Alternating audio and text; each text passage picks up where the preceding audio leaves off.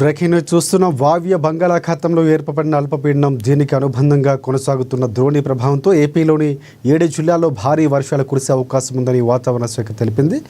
ఏలూరు, కృష్ణా, ఎన్టీఆర్, గుంటూరు, బాపట్ల, పల్నాడు, ప్రకాశం జిల్లాలో భారీ వర్షాలతో పాటుగా తీరం వెంబడి గంటకు 40 నుంచి 60 కిలోమీటర్ల మేర బలమైన ఈదురుగాలు వీస్తాయని కూడా పేర్కొంది వాతావరణ శాఖ.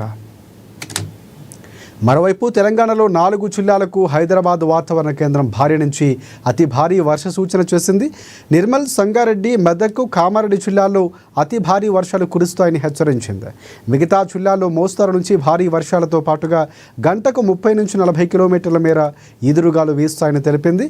అప్పర్ ఎయిర్ సర్క్యులేషన్ యూఎస్సీ కారణంగా తెలంగాణ నార్త్ వెస్ట్ సెంట్రల్ జిల్లాలో భారీ ఉరుముల మెరుపులతో కూడిన వర్షాలు పడే ఛాన్స్ ఉన్నట్లు తెలంగాణ వెదర్ న్యూస్ అంచనా వేస్తోంది.